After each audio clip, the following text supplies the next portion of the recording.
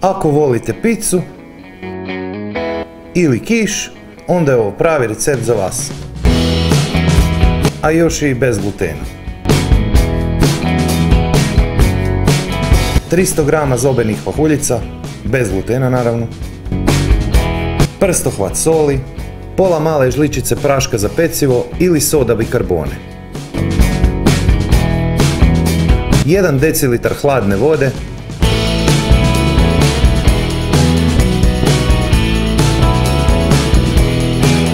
3 jaja,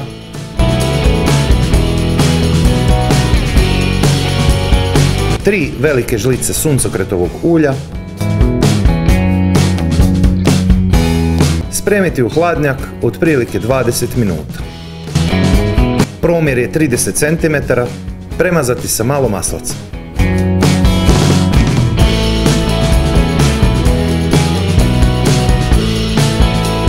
Staviti peći 7-8 minuta na 180 C sa uključenim ventilatorom.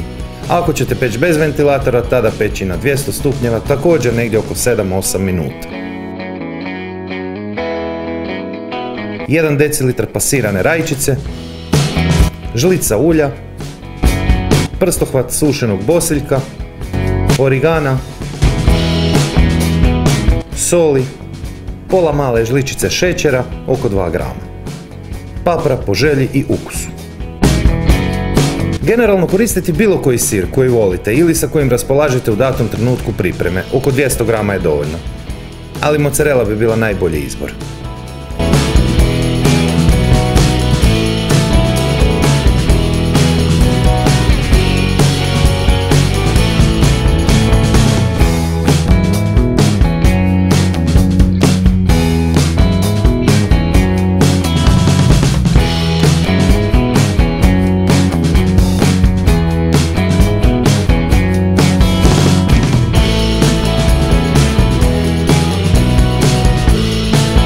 Malo paprike i luka, ali ne previše, pa da pusti previše tekućine.